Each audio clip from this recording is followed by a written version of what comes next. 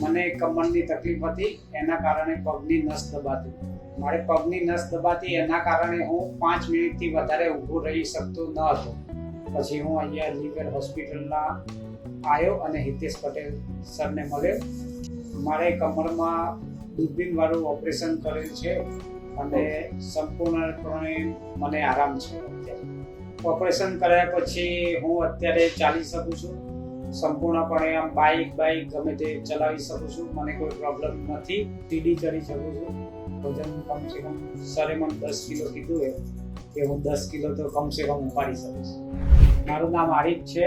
મારી ઉંમર 38 વર્ષ છે. હાલમાં ડીસા જવાનું મારે અને મૂળ વતન મારો ઈડર તાલુકાનો મોટી વાડોલ ગામનો રહેવાસી છું.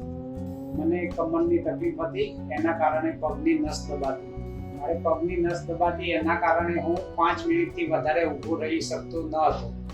એ મારા બનેવી દ્વારા જાવેદભાઈ સિંધી દ્વારા મને માહિતી મળી. પછી હું અહીંયા લીવર હોસ્પિટલના આવ્યો અને હિતેશ પટેલ સરને મળ્યો. એ પછી MRI સરે કીધું, MRI કરાવી. એમાં ખબર પડી કે કમરની ગાદી ખસી ગયેલ છે, એના કારણે નસ દબાઈ છે. એના કારણે આ બધી પ્રોબ્લેમો હતી. એ પછી સરે મને કીધું કે એનું ઓપ્શન સર્જરી છે, કેમ કે એના કારણે હું ઊભો રહી શકતો ન હતો. એટલે પછી મેં સર્જરી કરાવી. મારે કમરમાં દૂરબીનવાળું ઓપરેશન કરેલ છે અને સંપૂર્ણપણે મને આરામ છે અત્યારે.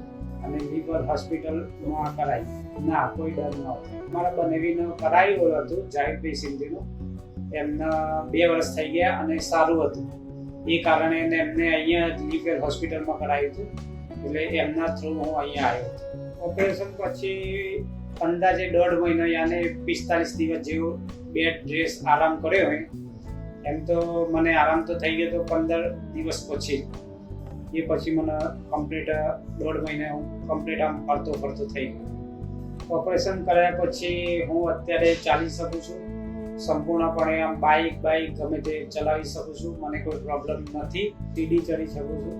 વજન કમસે કમ સરે મને 10 કિલો કીધું કે હું 10 કિલો તો કમસે કમ ઉપાડી શકું છું. અત્યારે પહેલાં જેવું જ મતલબ થઈ ગયું છે. હવે જે પહેલાં તકલીફો હતી એ હવે નથી તકલીફ. મતલબ અત્યારે સંપૂર્ણ આરામ છે. અત્યારે હું સવારે ઉઠી શકું છું અને અત્યારે કોઈ પ્રોબ્લેમ છે નહીં મને, અને હું સંપૂર્ણ કામ કરી શકું છું. મારું જાતે કોઈ બી કામ હોય એ હું પોતે કરી શકું છું. મારા જેવી જો કોઈને તકલીફ હોય તો હું તો એ માનું છું કે લીવર હોસ્પિટલનો સંપર્ક કરે અને હિતેશ સરને મુલાકાત કરે. એમનું જે કહેવાનું થશે એ ફાઇનલ હશે. હું તો એ માનું છું કે એમનો જે ડિસિઝન છે તે કમ્પ્લીટ છે.